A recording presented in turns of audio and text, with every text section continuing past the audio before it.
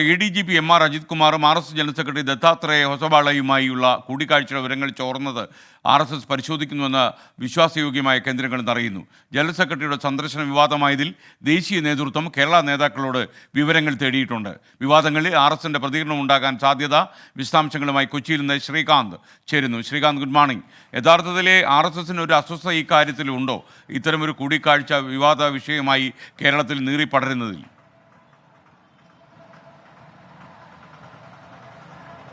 എസ്കെൻ, അവരെ സംബന്ധിച്ചിടത്തോളം അവർ ലീസ്റ്റ് ബോധേഡാണ് ഈ വിഷയത്തിൽ എന്നുള്ളതാണ്. കാരണം ഇത് അവരുടെ ഒരു ദൈനംദിന പരിപാടിയുടെ ഭാഗമായി തന്നെ നടക്കുന്നതാണ്.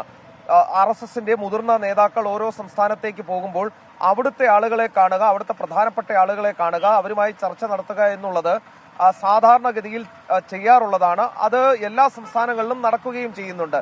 പക്ഷേ കേരളത്തിൽ മാത്രം അത് രാഷ്ട്രീയ വിവാദമായി മാറിയത് RSSന് ചെറുതല്ലാത്ത രീതിയിൽ അസ്വസ്ഥതയുണ്ടാക്കിയിട്ടുണ്ട്. അവർ ആ വിഷയം എന്തായാലും പരിശോധിക്കാൻ തീരുമാനിച്ചിട്ടുണ്ട്. RSSലെ രണ്ടാമനാണ് ദത്താത്രേയ ഹൊസബളെ. RSS സർക്കാരിവാഹാണ്. അദ്ദേഹത്തിന്റെ പേര് കൂടി ഇത്തരം വിവാദങ്ങളിലേക്ക് വന്നത് എങ്ങനെ എന്നുള്ള കാര്യം പരിശോധനയ്ക്ക് എന്തായാലും അവർ വിധേയമാക്കും. ഇതുമായി ബന്ധപ്പെട്ട് കേരളത്തിലെ രാഷ്ട്രീയ ചർച്ചകൾ പരിശോധിക്കുന്നു എന്ന് മനസ്സിലാക്കാൻ സാധിക്കുന്നുണ്ട്.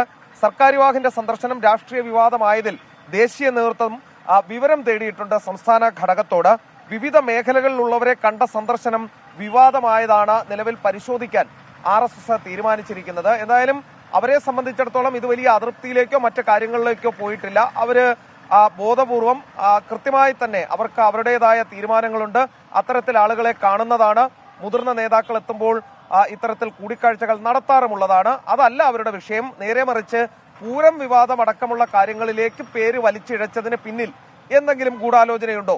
അതാണ് അവർ പരിശോധിക്കുന്നത്. ആ വിവരമാണ് തേടുന്നത്. SKN.